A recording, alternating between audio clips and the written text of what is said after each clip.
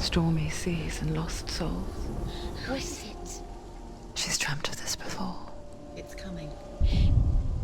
Is it? They say dreams are visions of our memories, thoughts and fears, as seen by our inner eye.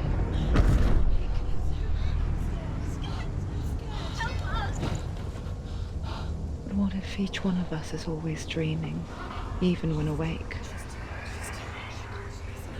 And we only see what our inner eye creates for us. Is this what hell is? A world shaped by Senuas nightmares. Get up. Maybe that's why people fear seeing the world through our eyes. Yes, she's scared. Because if you believe that Senua's reality is twisted, you must accept that yours might be too.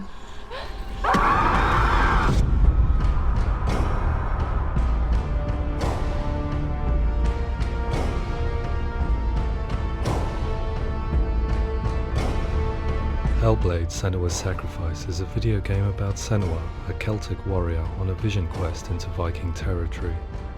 But what sets our hero Senua apart is that she suffers from severe psychotic mental illness. He knows she's getting closer. He can feel her coming closer. She's getting closer. They're watching. The original idea for Hellblade was to create a classic hero's journey, a journey of suffering, but one where the fantasy world is not another planet or alternate universe, but a world that is constructed in Senua's mind.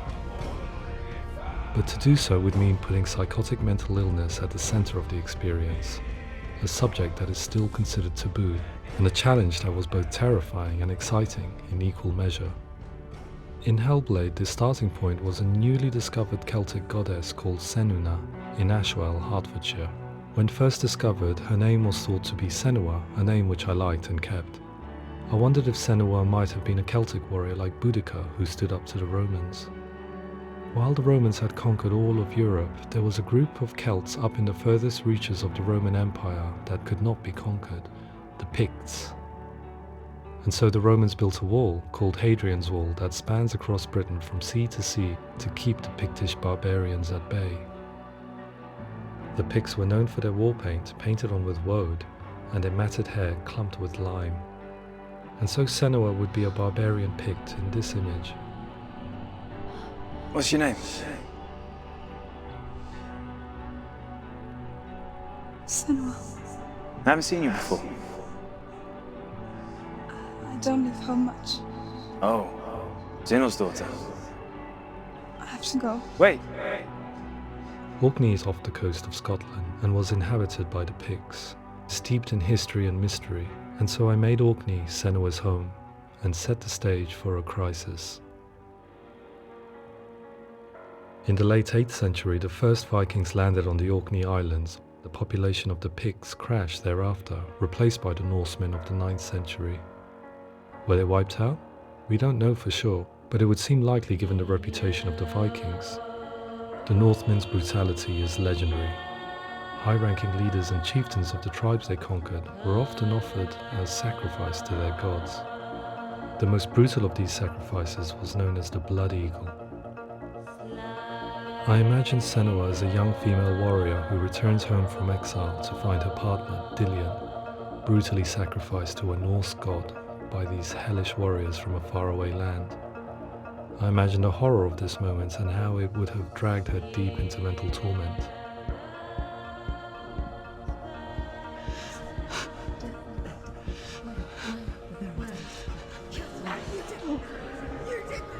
No!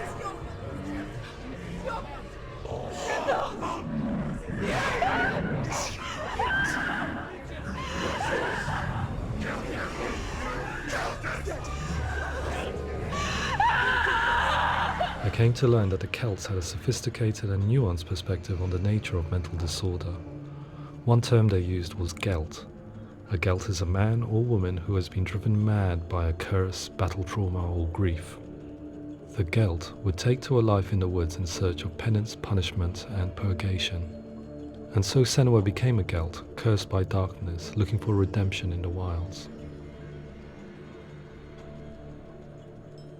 Another word the Celts used in reference to mental disorders was druth, meaning fool, or Liar. one who utters the words of God. They tell of the mad sinner who flees battle into exile and takes on a beastly nature, growing feathers on his body. The character called Druth in Hellblade is based on a little-known person called Findan, an 8th century Irish Celt who was captured and enslaved by the Vikings, but eventually escaped to Orkney where he became a monk.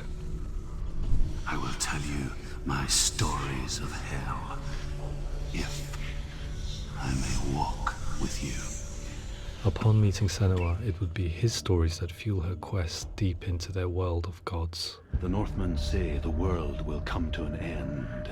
The sun will grow black, the earth will sink into the sea, the stars will disappear, fire and water will meet, flames will play against the sky, the heavens and earth and all the world will be burned, all the gods will be dead, and the warriors of Valhalla and people everywhere. Senua, prepare yourself for Ragnarok, for it is nigh. So the stage was set for a new adventure, a journey into the Norse underworld called Hell, a vision quest fueled by madness and myth, a fantasy that was created by Senua's own mind, and one that we would experience through her eyes. This is your mission. This is your quest. There is nothing else left. To make a game about a warrior with psychotic mental illness as its central theme was fraught with danger. Mental illness, such as psychosis, is still taboo and rarely acknowledged in a century of cinema, never mind the new medium of games. Where it does feature, it often conflates psychosis and psychopathy associated with a lack of empathy. It is unfortunate that these two words sound so similar that they are used interchangeably in media. I must admit that I didn't have to look very far to discover my own ignorance of the subject. So we reached out to Paul Fletcher, psychiatrist and professor of health neuroscience at University of Cambridge. Psychosis is a descriptive term, and it refers to having a loss of contact with objective reality. So it's characterized by two main sets of symptoms. One of them is hallucinations, where somebody experiences perceptions when there is no actual objective thing out there to perceive. You're already dead. Who are you? And the other is delusions, where somebody comes to very often bizarre, unpleasant, frightening beliefs when there's no good evidence in favor of them. There's no doubt about it. The source of the darkness is in Helheim. And the goddess Hela holds his soul there. We reached out to Welcome, a biomedical research charity that spends billions on research and awareness programs aimed at improving health. Mental health hasn't always been presented in the media in a way that is particularly helpful. It can be challenging to engage people with the subject matter, and there are a lot of preconceived ideas about mental health, and particularly schizophrenia and psychosis. So we hope our support allows the team to continue to collaborate with Paul Fletcher and with those who have experience of psychosis to create a game that provides a fresh perspective on the condition and allows audiences to engage with it in a way that just wouldn't be possible in any other medium. What started out as a brief consultation convinced me that we were only scratching the surface of an immensely deep and interesting subject that could enrich and change the very nature of the game. That's cool. Thanks so much for coming here. Pleasure. Thanks. It's really interesting for me. I'd love to be involved. It's fascinating. Absolutely. Our understanding of psychosis is still very much a mystery, and ways of treating it are still primitive compared to physical illness. After all, it is easy to see the pain and suffering caused by physical diseases or physical trauma. It is not so easy to see the mental suffering and trauma of severe mental illness. But what if we could find a way to see it? Games are capable of drawing you in for hours on end, playing the role of a character who is different from you, experiencing their perspective, and actively involving you in a world that functions with a different set of rules. That voice is not a kind voice. That voice calls you to your death. It's an evil voice. If we were to represent Senua's psychosis, we would have to simulate voice hearing, a common attribute. But how can we simulate something we have no first-hand experience of? Professor Charles Fernyhough, a leading expert in voice hearing from Durham University, offered his help.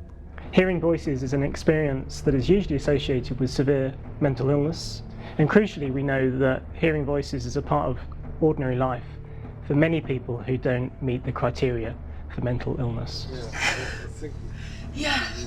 Oh, that's not him in real life. We know voices vary according to where they appear in space. Voices can appear far away in the distance, they can appear right there in your ear, they can seem to be coming from inside your head. Based on the information Professor Fernie Ho provided, I put together a sound brief and invited some actors to the studio.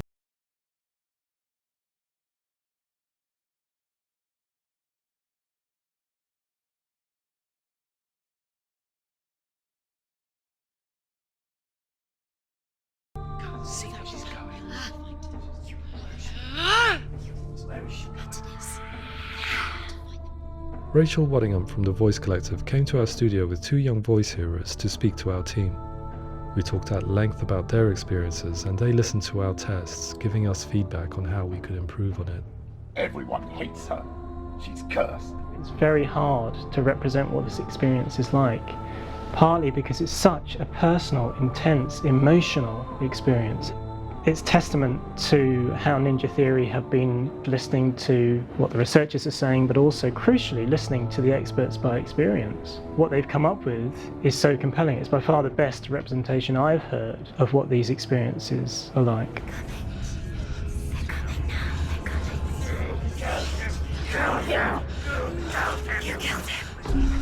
Other common attributes of psychosis are visions and flashbacks. We met with Recovery College East, who work with and care for people recovering from severe mental disorders. A group of service users gave us their first-hand account of what they experience.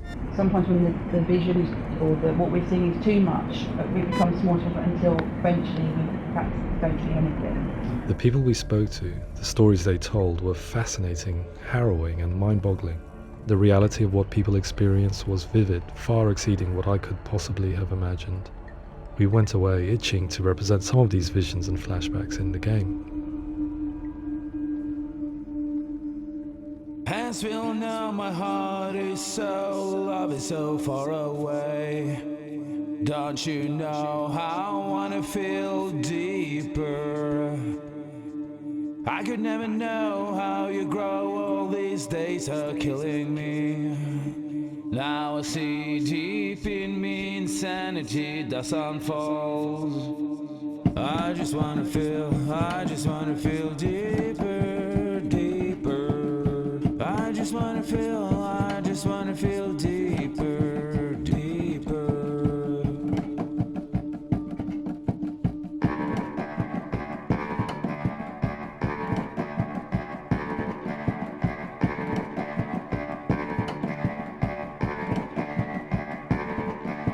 Hands will know my heart is so, love is so far away. Don't you know how I wanna feel deeper?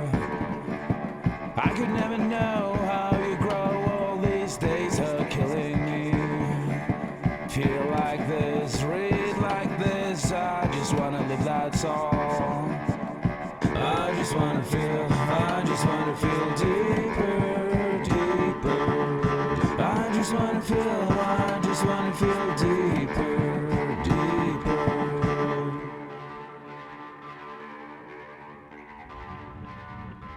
To refine our work, we continue to hold meetings with Recovery College East over the course of a year and a half, showing them what we had achieved so far and refining the in-game representations based on their feedback. With their help, flashbacks, visions and changes in perception were woven into the story and gameplay of Senua. The students that are involved in this project are incredibly excited about being involved. They have described the experience as being important because it values their lived experience and shows that despite what we have been through, all of that experience becomes valid, that actually it's something that we should all be talking about. The experiences described range from beautiful to frightening beyond comprehension. I heard of a girl who has to live with an angry voice screaming at her, slamming on her doors and walls 24 hours a day. I met someone who would often see hanging corpses in a room, so real that she would sometimes try to rescue them. The panic and fear that comes with such visions is entirely understandable, and it can be a living horror for some. Worthless, weak, pathetic. Go on, feel sorry for yourself, because there is no one left to do that for you. I was urged by one fellow that we should not shy away from showing this horror, and so I was perpetually torn in making Hellblade. Had we gone too far with our representations or not far enough? broken and lost. Just like your soul. Come on.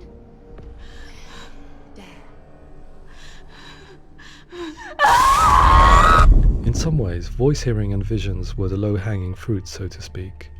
There's another aspect of psychosis that is much harder to explain, but one that I think video games are uniquely able to represent, which are often called delusions. People begin to see patterns in the world. They begin to link things that most people wouldn't link. Most of the things that we might think would be coincidence or, not worth commenting on. Nevertheless, that might have a particular salience or importance for them. One individual described how everyday words, sounds, colours and objects were steeped in meaning to him, forming a strange and sinister puzzle that he was determined to solve but could not quite get to the bottom of. It's not just brain dysfunction. It's not like the system shut down. It's actually an incredibly creative process. The person creates a world populated with voices and phantasms and terrors, and they're completely immersed in it. They believe in it. We often invite people into the studio to play the game. In one of our playtests, they played through much of the game, making associations between runes, secret messages, and the threat of darkness that stalked them. There are many things that happen in the world of Hellblade that make perfect sense within the context of Senua's mind. The dark rot that's killing her slowly from within, the secret runes of the gods that block her path to Helheim, and strange associations that exist in the game to confuse you. To complete Senua's quest, you have to internalize and accept the logic and meaning behind these things to progress. Afterwards, they said that they didn't see much evidence of mental illness in the game. People with delusions of all sorts would argue the same thing, that they are not aware of their experience being abnormal in any way. I need this sword. It's important. Representing perception changes and thinking patterns within Hellblade gives us a set of symptoms common in psychosis. But people with lived experience were keen to emphasize another point, that it is wrong to define a person by their symptoms. Quite often, the illness comes not from the symptoms, but from the stigma, isolation and mistreatment that comes about from the rest of society. They say that I'm cursed. What if they're right? I needed someone to portray Senua, someone who could believably internalize her suffering.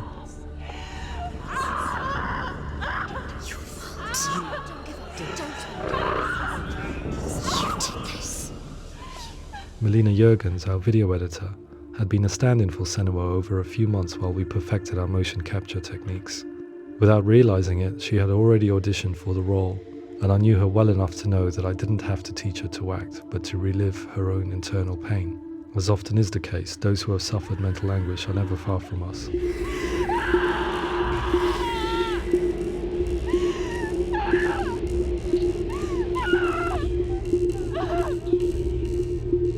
My hope is that by creating a compelling and aspirational character in Senua who feels very much real, albeit in a fantasy setting, we can provide a lens into her reality, a different one to yours, and this is where storytelling comes into play. I imagined her life based on common threads in real people's lives. She was always prone to psychosis as a child. Her mother Galina also heard voices and had visions, so perhaps there was a genetic aspect. Or perhaps it was cultural, as she lived within a world without science, of gods and a superstition, as exemplified by her druid father Zimbal. Psychosis developed in her late teens to early 20s and was exacerbated by stigma and isolation at the hands of the clansmen and her father. This darkness. It's spreading. The trauma of seeing her lover Dillian sacrificed tips her over the edge, making her remodel her reality around a concept that connects everything: the darkness. So the question is, what Senua experiences real? Can only be answered by saying, yes, it is real. It is her reality. All of her suffering will have been for nothing. It's just a matter of time.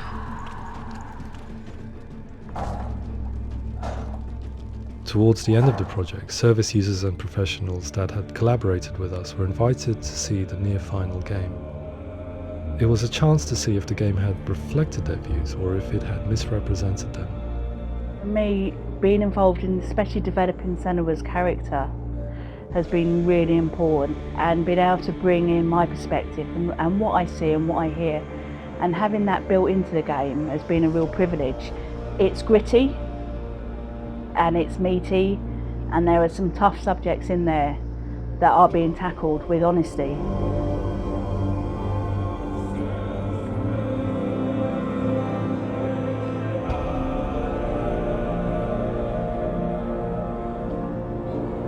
I was blown away by it today, absolutely blown away. It was just fantastic to get the opportunity to use our lived experience in a very creative way. There's nothing tokenistic about the work we've put in. It feels like we've been listened to, things have been taken on board, and I think there was a lot of realism in the game itself, and it feels very authentic.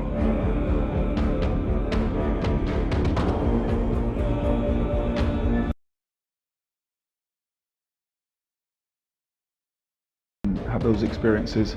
I'm glad that the guys at Ninja Theory have asked us to come along and help them build an experience that's positive when it comes out, and get myself a copy and have a go.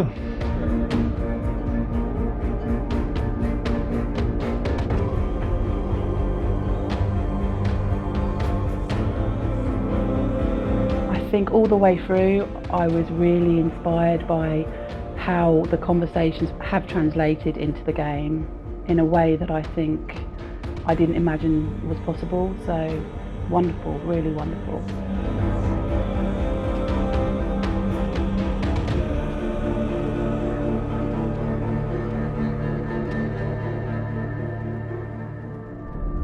I really hope that others will follow the lead they've set and use the power of something like a video game to change people's perceptions, to increase understanding, and ultimately to make some of the stigma around voice hearing and other experiences go away.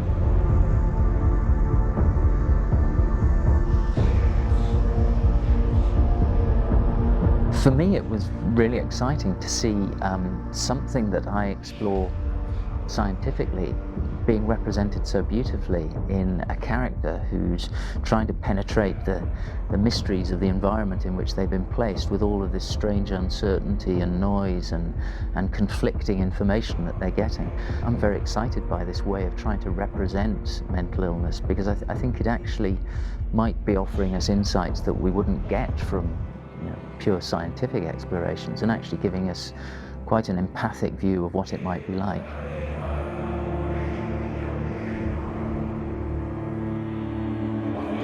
Mental illness has been with us for as long as we have been on this planet, but why? Why hasn't evolution stamped out this weakness from within our gene pool? I often pondered this question until I realized that the question had an inbuilt flaw. It assumes that being and thinking differently is a weakness. The only reason we have computers, spacecraft, medicine, poetry, art, and yes, even video games is because individuals are able to simulate new abstract realities in their minds and share them with the rest of us. We need people to be willing to see differently in order for us to progress and survive as society. And we need to be open to these new ways of seeing. And it is this spirit that motivated me to create Senuas' story and share it with you.